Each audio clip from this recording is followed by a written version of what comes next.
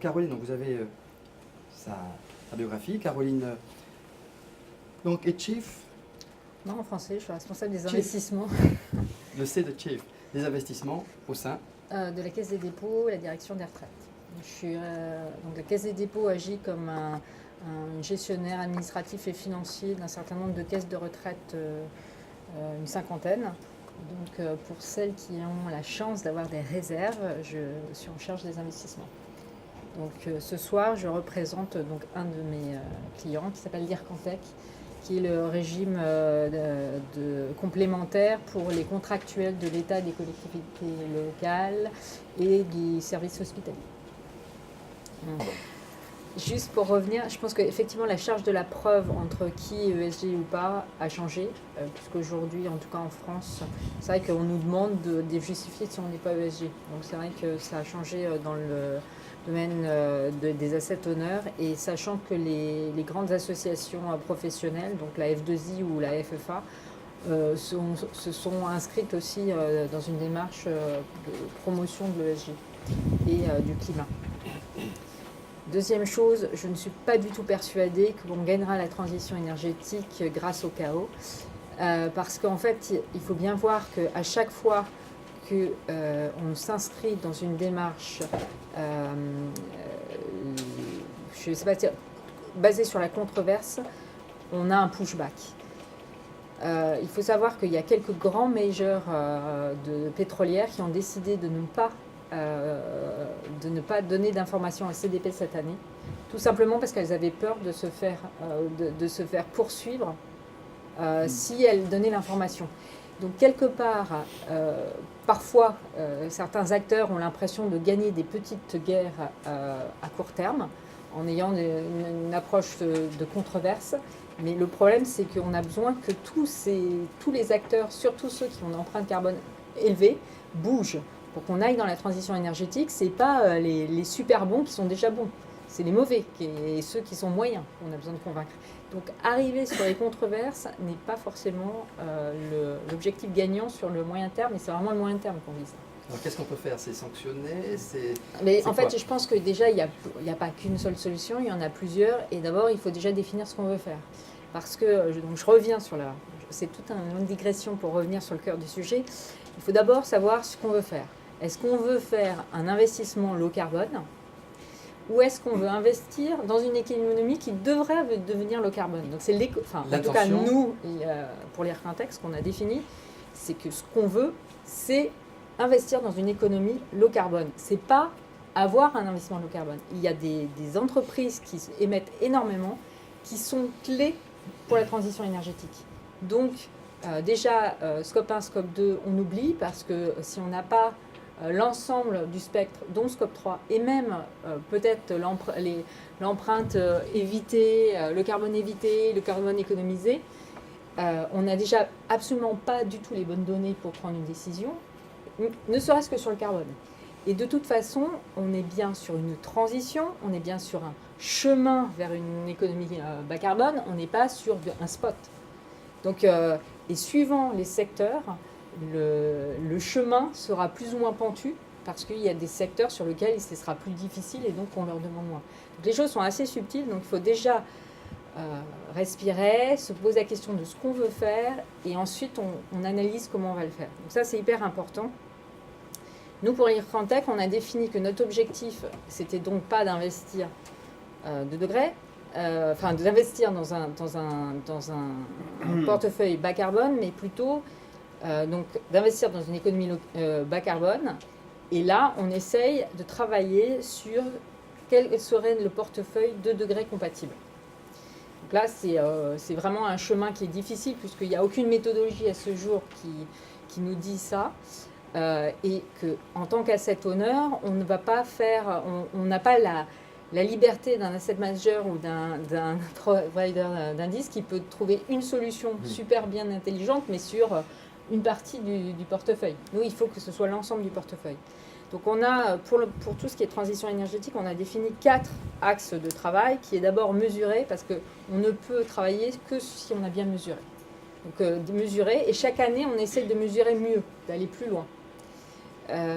Ensuite, il faut éviter les pratiques à risque, c'est important. Donc, ça passe par le désinvestissement charbon, certes, comprenant les utilities, parce que c'est vraiment là l'enjeu, parce que surtout quand on est eurocentrique ou Europe-centrique, les entreprises charbon pur, d'extraction charbon, enfin, c'est vraiment petit. Hein.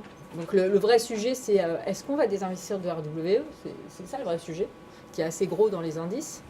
Et ensuite, alors l'Ircantec a choisi lui aussi de désinvestir en 2018 des obligations pétrolières.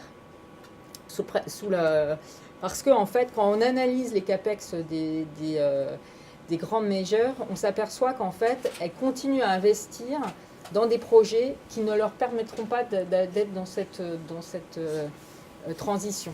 Et en fait, en termes de capex, elles sont encore en train d'investir dans des projets qui ne sont pas compatibles avec un scénario de degrés. Et ensuite, c'est engagé. Je pense qu'effectivement, l'engagement sur la partie crédit, on commence à avoir de l'engagement possible, mais c'est vraiment sur la partie action où on peut engager. Il y a vraiment, il faut engager, il faut expliquer, et c'est comme ça qu'on peut convaincre des entreprises. Et il faut surtout le faire dans une démarche entre guillemets win-win, parce que on ne convertit pas des gens en les agressant. Donc déjà, c'est toute une démarche. Il y a énormément maintenant de plateformes collaboratives. C'est comme en politique et l'effort de pédagogie. Voilà, c'est ça. Et non, mais il y a Climate 100+, et au-delà de Climate 100+, qui est une partie, il y a aussi d'autres justement qui travaillent sur les CAPEX. Il y a un certain nombre de choses. Donc là, effectivement, on est plus dans les gros émetteurs et les pétrolières. Mais aussi, il y a d'autres domaines dans lesquels qui vont avoir quelque chose d'important pour la transition énergétique. Et ensuite, et j'en reviens sur les green bonds, parce que c'est pour ça que je suis là, c'est financer. Parce qu'en fait, il y a une grosse sujet qui est le financement. Juste avant de répondre. Mais en fait, si on prend les exemples très précis, il faut analyser le business model. S'il y a un business model qui est tellement, par exemple, charbon, où en gros, ils ne font que de l'extraction de charbon, ils vont avoir du mal à faire autre chose. Donc là, franchement, il y a un moment, ils ne pourront pas se convertir. Voilà. Mais c'est sûr qu'il ne faut pas exclure les... Cela, c'est quand même une frange très très petite de nos portefeuilles. Et ce sont des gens qui... en fait, on les exclut pour... On dit des pratiques à risque, parce que c'est des risques pour notre portefeuille. Mais après, je vous rejoins. Il faut, par l'engagement, ceux qui sont à la ligne, les faire progresser. En fait, c'est l'ensemble de l'économie qu'il faut faire progresser. C'est pour ça que j'anticipe sur le sujet ESG, mais longtemps en France, on a eu plutôt une vision best in class, mais on voit bien que la France, qui n'était pas partagée par le reste de l'Europe, même les Français ont évolué, ils sont dans les best efforts, ils sont le best in universe. Maintenant, il y a une différence parce qu'on voit bien que le sujet n'est pas d'investir que dans les bons, le sujet est de faire progresser l'ensemble des acteurs, en fait. Et dans les leviers par rapport aux bonds, justement, sur le green bonds, on n'est pas tout à fait sur les mêmes types de leviers. Non. Quels sont du coup Alors en fait, juste pour donc dans l'allocation stratégique de l'Ircantec, donc c'est une allocation stratégique assez standard, mais comme on n'est pas assureur, on n'est pas sous Solvency 2, donc on a la chance, on a 40% d'actions, ce qui est en ce moment un petit peu problématique. Mais donc voilà, en fait, ce qui se passe, c'est que on a décidé donc la partie financement dans notre plan à 4 points est important. Et donc en fait, on a à peu près 1,2% qui est en infrastructure. Le problème qui met du temps à déployer. Et ensuite, donc c'est pour ça qu'on a augmenté notre part de green bonds pour faire cette part de financement.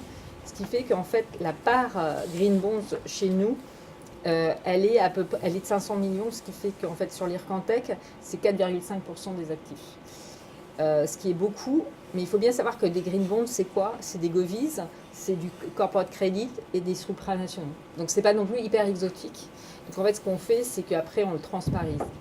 Les green bonds, c'est un marché qui est vraiment un marché d'institutionnels européens. Les plus gros investisseurs de green bonds sont des Européens, ce qui explique qu'en fait, le marché lui-même est un marché très... en fait, même les acteurs non européens émettent beaucoup en euros parce que c'est vraiment là où il y a le plus de choses. Alors, je reprends mes petites fiches pour vous dire des vrais chiffres. Des vrais chiffres. Non, mais, on n'avait pas dit de faux chiffres avant. Hein, non, mais j'ai bien vérifié. Donc, en fait, c'est un stock de 427 milliards. Et donc, en fait, ce qu'il faut, c'est que dans cette partie-là, il y a quand même beaucoup d'émergents. Et donc, si on est un investisseur institutionnel classique français, en général, on fait affaire plutôt de l'OCDE et la dette émergente, ça va être vraiment petit. Donc, en fait, si on est comparable, c'est seulement 284 milliards parce qu'un des gros émetteurs, c'est l'État chinois. Et donc, voilà, on échappe à tout ça. Il y a à peu près 140-180 milliards par an. Donc, c'est quand même un marché qui est relativement dynamique. Mais alors, d'un point de vue, donc, c'est quelque chose qui est très compatible avec tout ce qu'un institutionnel peut faire. S'il y a de la liquidité, bon, c'est pas une liquidité 100%, mais ça commence à se structurer. Commence à avoir du marché secondaire, ce qu'il n'avait pas il y a quelques temps. Donc, on peut commencer à faire tourner les portefeuilles. Nous, on peut en faire 4,5% parce que c'est vrai qu'on n'a pas la taille d'AXA. AXA ne pourra jamais faire à ce niveau-là par rapport aux tailles. Voilà. Mais pour des institutionnels de taille intermédiaire comme nous, c'est maintenant très implémentable. Et en plus, d'un point de vue risque et gestion, comme ça reste quand même soit des govies, bon, les supras, c'est quand même comme des govies. Voilà. Le seul problème... Donc, c'est que en fait, en termes d'exposition sectorielle, c'est très utilities, services financiers. Et donc il faut vraiment, ça n'a pas exactement c'est pas des services financiers verts donc. Non, c'est des banques qui se refinancent, qui ont des projets verts et qui se refinancent en émettant des green bonds. Et de toute façon, quand c'est des utilities, c'est pareil, elles ont des projets verts, elles se refinancent en faisant ça. Alors, est-ce qu'il peut y avoir du green bonds washing, ou comment on peut détecter, comment on peut identifier, en tout cas à partir de quel seuil on considérerait? Non, mais il y a potentiellement du green bonds washing, mais en fait le marché du green bond se structure quand même beaucoup parce qu'il y a les green bonds principal qui donnent un cadre dans lequel quand même on demande des reportings annuels, on demande qu'il y ait quelqu'un qui contrôle ce reporting, donc c'est les use of proceeds, il y a un certain nombre de cadres.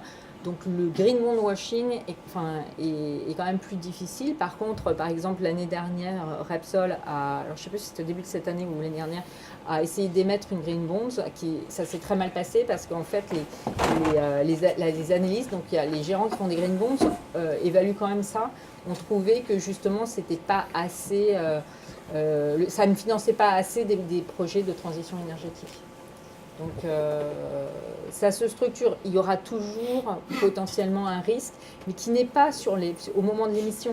Parce qu'au moment de l'émission, c'est quand même relativement cadré, c'est plutôt dans le suivi, puisque chaque année, il faut vérifier qu'annuellement, ils doivent donner un reporting, on doit vérifier qu'ils ont vraiment fait ce qu'ils avaient dit qu'ils feraient. D'accord.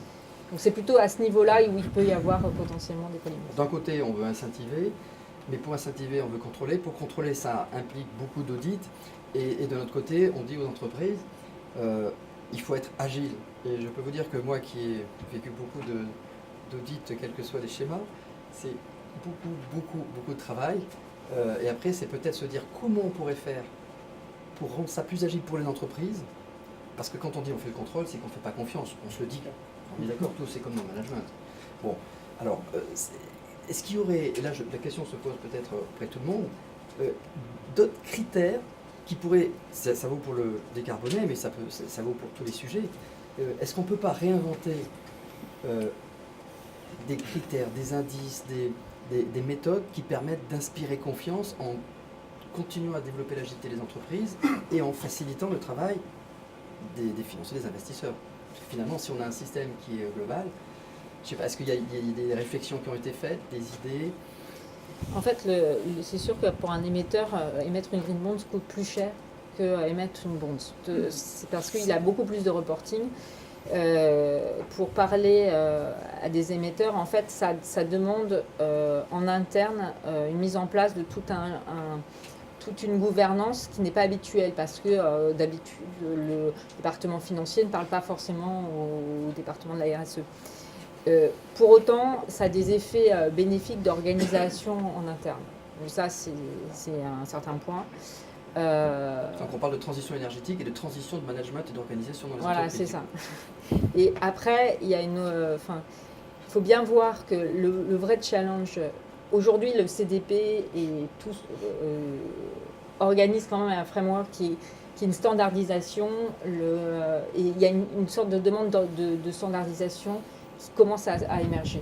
Donc là, je pense qu'on ira. Le vrai challenge pour moi, il n'est pas dans la standardisation parce que je pense qu'elle va arriver. Le vrai challenge, par exemple, sur les green bonds, le marché des green bonds, c'est de sortir de ce focus utility, sur la partie non gouvernementale, utilities, sociétés financières qui sont des énormes sociétés pour aller vers des émetteurs plus industriels de taille intermédiaire.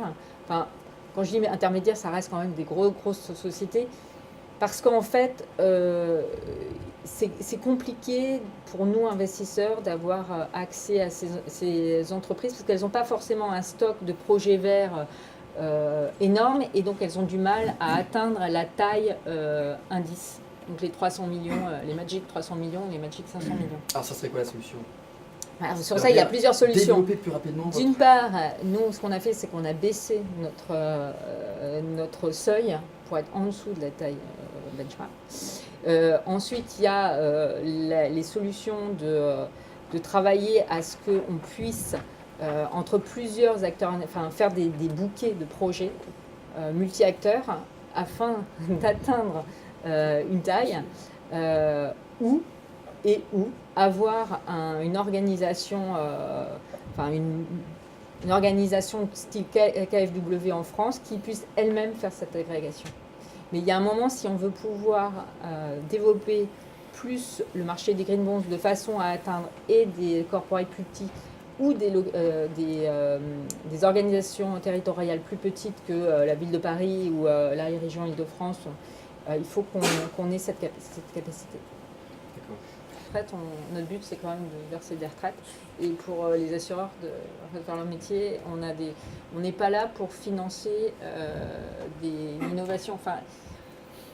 On a un cadre de référence avec des niveaux de risque qu'on peut prendre qui limitent ce genre de choses. Alors le jour où il y aura une organisation étatique qui prend la perte maximale et nous dérisque un projet, on arrivera à débloquer des montants. Mais l'investisseur institutionnel est d'abord là pour verser soit des retraites, soit une assurance, et pas là pour prendre ce genre de risque, parce qu'on a un cadre quand même réglementaire qui est très bien défini. C'était une question qui était dans l'esprit de dire, il y a un problème, on va aller à la source de la